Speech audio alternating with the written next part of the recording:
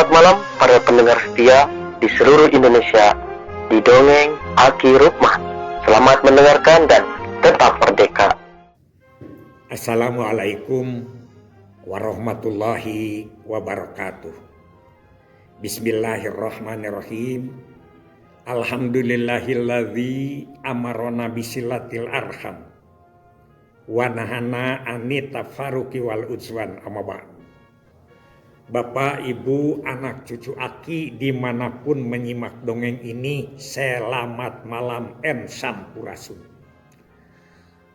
Kali ini Aki ada pertanyaan dari beberapa orang yang berkaitan dengan sekarang ini maraknya yang disebut GNOT atau Gerakan Nasional Orang Tua Asuh. Ada yang bertanya ke Aki dulu sering cerita tentang orang tua. Bagaimana Ki sejarahnya, ceritakan 1-2 episode nggak apa-apa, tapi kami punya gambaran supaya menjadi inspirasi buat kami berjuang. Alhamdulillah, insya Allah kita bicara. Yang pertama begini, di zaman Rasul itu GNOT itu adalah dari budak belian, ya. Jadi orang yang tidak merdeka dimerdekakan. Itu mungkin itu dari situ ajarannya. Tentu kita beda sekarang.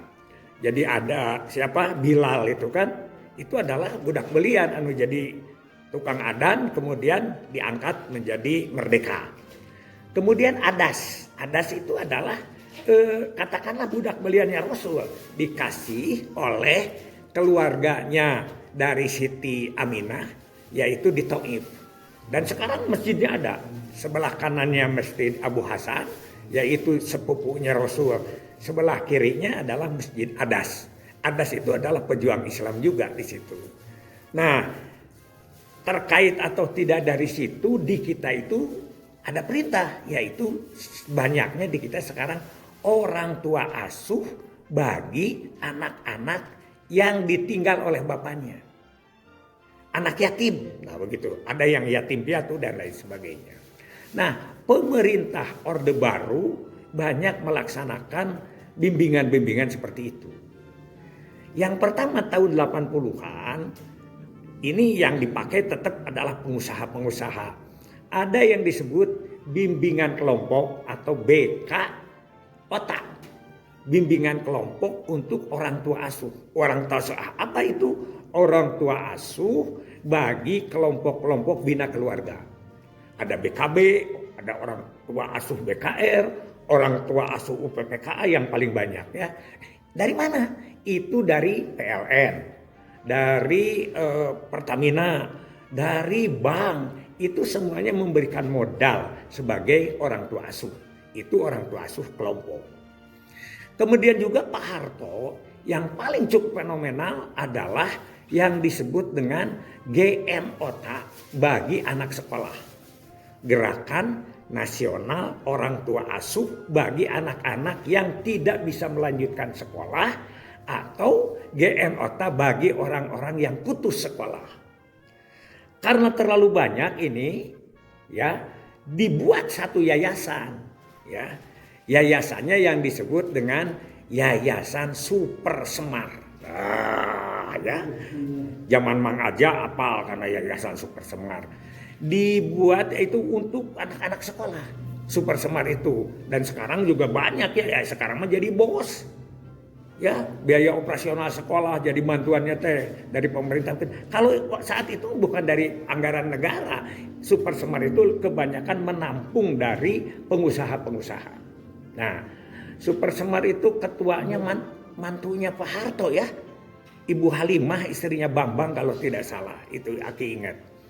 Ada lagi sekarang orang tua asuh bagi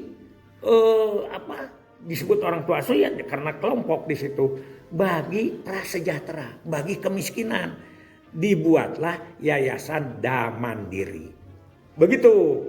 Jadi orang tua asuh itu tidak harus bis-to-bis, tidak, tapi kelompok untuk mengurus sesuatu. Nah, itu yang menjadi bagian-bagian daripada orang tua asuh. Jadi si kelompok ini misalnya. Nah kalau tak keseraku kesera kan itu langsung kepada orang-orangnya. By name, by address, diberi satu rekening, diisi Rp2.000. Kemudian mereka itu karena ini pembelajaran bisa menabung, tidak nyimpen duit di bawah bantal. Kemudian mereka tahu tentang perbankan, disponsori oleh Pos Giro. Ya gitu. Jadi ini orang tua asuh. Orang tua asuh terus dikembangkan. UNICEF juga pernah mengembangkan orang tua asuh bagi anak-anak yang kurang gizi. Itu didaftar, kemudian mendapat bantuan dari UNICEF, baik itu makanan maupun biaya. Itu yang Aki tahu. Jadi gerakan nasional orang tua asuh ini sangat banyak sekali. Jadi yang kemudian ada yang disebut yayasan yang menampungnya dan lain sebagainya. Tapi itu semuanya adalah dari mereka-mereka yang ingin menyumbangkan, meningkatkan derajat seseorang atau sesuatu kelompok. Ya. Kita tahulah ya yang namanya itu UPPKA kan diberi modal tuh 500.000. Kalau tak kesera itu kesranya itu macet kan, sehingga Aki waktu ke Ciamis tahun 2003 itu masih punya utang 14 miliar satu kabupaten. Tapi kemudian diambil dari semua kelompok, dikumpulkan lagi dari ibu-ibu, kemudian dibayarkan lagi ke sana. Tinggal berapa? 400 juta ya, 400 juta kalau tidak salah mah. Tiba-tiba ada pemutihan. Aduh. Menihan hanas dari kelompok-kelompok dibawa ke sana. Tapi itu juga masih diteruskan oleh Yayasan Dam Mandiri yang kemudian ketuanya oleh Pak Haryono Suyono. Itu tentang orang tua asuh. Nah bagaimana sekarang dengan semaraknya orang tua asuh yang sekarang? Sekarang lebih banyak lagi orang tua asuh itu. Yaitu orang tua asuh untuk stunting. Ini gerakannya mulai tahun 2018. Tahun 2018 mulai dengan adanya Rikesdas ya, pemeriksaan kesehatan itu dasar, kemudian ada muncul angka stunting, kemudian ada gerakan stunting, dan dari mulai itulah yang disebut dengan banyaknya gerakan-gerakan yang berkaitan dengan stunting yang dapat sumbangan orang tua asuh. Ada dua, ada yang bersifat pribadi. Ya, itu ada yang bersifat pribadi, yaitu dari individual ke individual. Itu di mana yang terjadi yang paling gerakan itu bagus itu menurut Aki 2 tahun yang lalu ke sana itu di Kabupaten Kupang, NTT.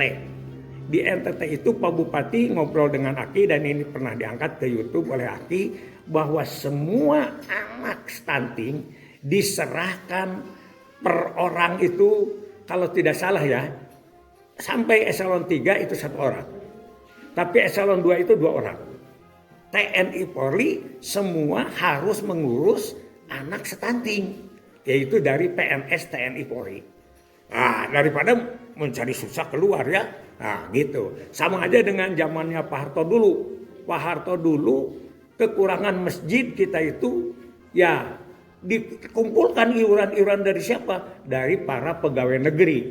Ya. PNS lah waktu itu mas, sekarang ASN namanya.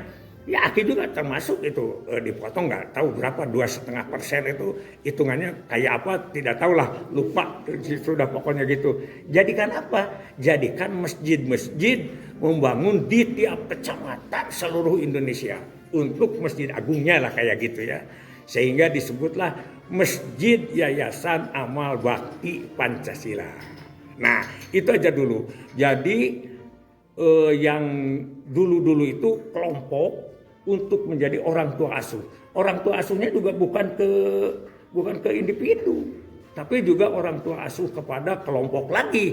Misalnya kelompok BKB, orang tua asuhnya PLN, kelompok UPPKA, orang tua asuhnya Pertamina. Itu namanya sudah orang tua asuh. Aki juga apakah itu benar atau tidak menurut bahasa, itu kenyataan. Aki kan bicaranya apa yang Aki rasakan, apa yang Aki bisa. Nah sekarang tentang stunting bagaimana? Nah ini panjang ceritanya. Mungkin tidak cukup malam ini ya. Jadi dulu itu dibalikan lagi bahwa orang tua asuh itu zaman Rasul sudah mulai ada. kemudian pembinaan anak yatim, pembinaan perusahaan, kesengsaraan, kemiskinan, dan lain sebagainya, sampai kepada anak sekolah dengan Super Semar, dengan Yayasan Amal Bakti Pancasila, kemudian yang lain juga. Itu namanya adalah dulu itu orang tua asuh, sudah disebut orang tua asuh. Ada yang namanya GN OTA, Gerakan Nasional Orang Tua Asuh, ada BK OTA, Bimbingan Kelompok Orang Tua Asuh. Wah, begitu. Itu saja dulu dari Akli. Insya Allah besok kita sambung. Yaitu tentang khusus stunting. Karena stunting itu namanya macam-macam. Ya, bimbingan untuk stunting itu yang baik berupa individual maupun kelompok. Hasbunallahu wa ni'mal wakil, ni'mal maula wa ni'man nasir. Wassalamualaikum warahmatullahi wabarakatuh.